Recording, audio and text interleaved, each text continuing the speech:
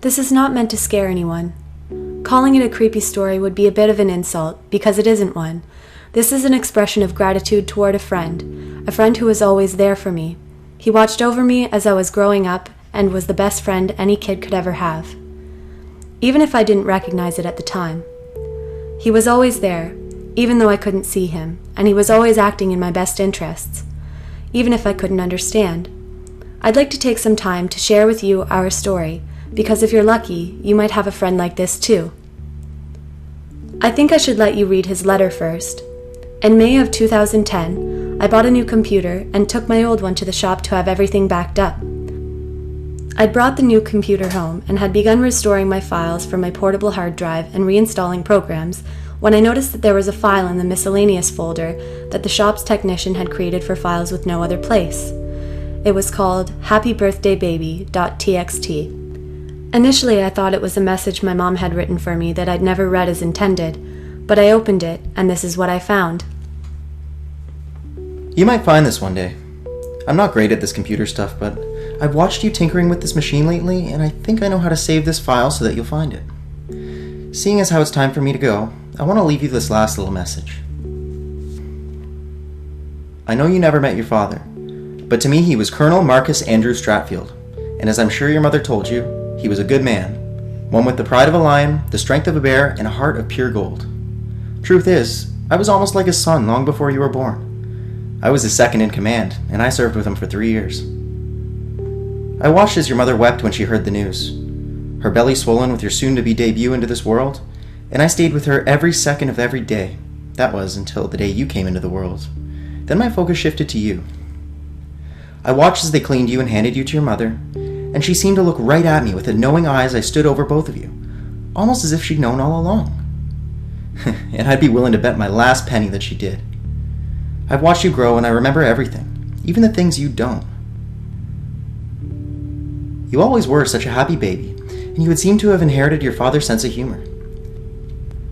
When you were getting to be about 4 months old, you would do just about everything to hinder your mother's attempts at changing you, laughing all the while. You were a wild one at heart, just as you are today. Just like Marcus. When you were about 6 months old, we would play all the time. We had one game in particular where I would grab your toes and tickle your belly. You would love it, though when your mother came in, I'd have to stop, and it always perplexed her as to why you'd abruptly start crying. After a while, she seemed to think that you didn't like her, which is when I realized I had to back away some. When you were 1 year old, you seemed to develop a sixth sense for me, and although you couldn't really see me so much or so well anymore, you knew I was there. I couldn't play with you as much as before because I knew it would only hurt you in the long run. But I always kept guard. I knew you remembered seeing me because you had a way of testing my presence. You'd throw toys into the corner where I stood and wait to see if I would play with them. Now, I know you won't remember this, but once you threw a bear and a rag doll at me, and because your mother was busy in the kitchen making dinner, I kept you entertained by putting on a little show. It was nothing special, I just made them dance a little. You were laughing loudly and your mom came in to see what was so funny, but when she saw, she was not laughing. I bet you could mention the bear and the rag doll dance even today and the color would run right out of her cheeks. But do me a favor and don't. I think it would be kinder to ask if you ever threw toys into the corner. That isn't quite as bad of a memory for her as the dancing is. Do you remember your first word? I do. Love. Your mother made damn well sure that you knew just how much you were cherished by her. Every moment of every day she would always say, "Love you, baby." I remember you tugging at my heartstrings something awful once, when your mother was changing you in the bathroom this one time. You seemed to have caught a glimpse of my reflection in the mirror behind her, and you pointed and said, "Love." Well, more of a "wove," but your mother knew. And she laughed and affirmed it. It was your only word for a time, but as I walked out of the reflection, you started getting restless, and I knew again that I had to be more stealthy. You were growing more and more every day now, and I couldn't afford to break my promise to your father, which is why I would have to retreat yet again. I broke the rules many times to protect you, for that promise to your father was everything to me. I remember when you were 3 and had mastered walking, you were a regular little scout. You could never keep still, and those legs had opened up a whole new world to you, and you weren't shy at all about exploring it. One day you were with your mother in the market, and a lady with a shiny purse caught your eye. You went running after her, just as another shopper was running with her trolley in front of her, coming the other way. She didn't spot you, and because you were running after the purse, you didn't see her either. Breaking the rules was not allowed, but allowing you to get hurt was not permissible either. By the time you noticed her, it was already too late, and you fell on your bottom before you could scamper out of her way. Left without any other option, I sent that trolley flying into the side of a freezer. As it crashed, the woman screamed blue murder. A man in uniform!" she screamed. You simply giggled as the crowd gathered and your mother came running. When she found you at the scene, you were safe and sound, and you pointed to the trolley that was smashed into the freezer window. You know what you said to her then? "Love, Mommy." I was hiding by then, embarrassed to have created such a scene, though I have to admit I was laughing on the inside. As you grew and became more aware, so did I. I finally knew when I could and couldn't intervene. Doing too much would hurt the both of us, so I chose my moments carefully. You were a smart kid, just like your father, and most of the time knew how to handle any and every situation. If there was an option, you took it, though I slipped up a few times as you were growing up. I do think I did well to keep an eye on you.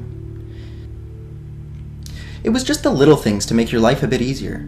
Things you probably won't remember, like putting your piano music sheets into your bag at night, turning off your television when you fell asleep, pulling the sheets over you on those colder nights, sorting through your drawers, setting your alarm clock, closing your windows and door. You caught me doing one or two of these things a few times, and I want to take the time now to apologize for scaring you. This one time you were doing your homework and fell asleep at your desk, so I filled in all the answers for your math quiz.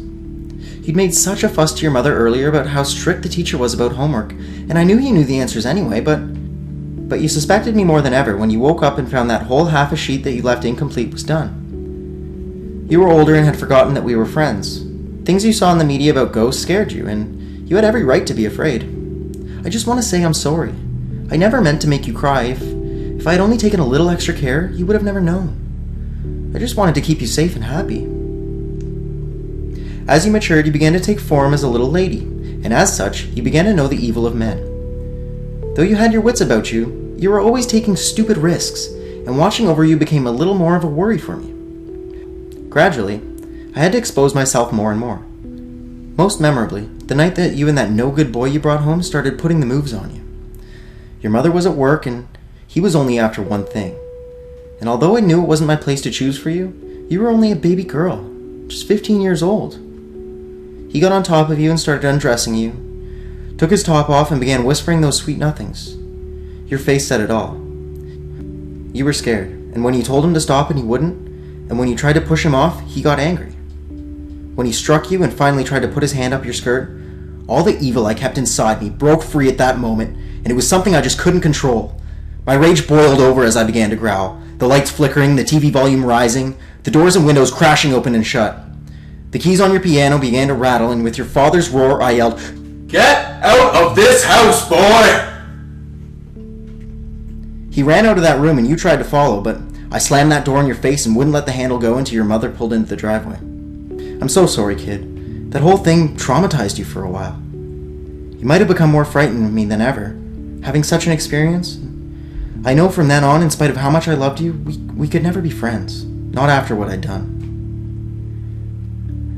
Some nights, you used to sit awake late into the evening, watching for me, and I'd have to sit in the darkest corner, looking right back at you, unable to reassure you that I wasn't there to cause you any harm. You used to scream, "I hate you! Get out! Leave me alone!" And just as you used to as a toddler, you would throw things into my corner, only instead of toys for me to play with, this time it was heavy books, CD cases, anything you could get your hands on to get me to move. You used to sit in your bed watching that corner. I always felt terrible about what I did. I'd almost broken my promise to your father, but more importantly, I'd almost broken my personal promise I made to you. It was like that until the night you tried to make peace with me. That night you sat up in your bed and said, "If you're here, I'm sorry.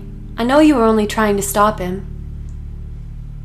I wanted to say something, but I couldn't, even as you shuffled around nervously and called, "You're here, right? Can you show me a sign?"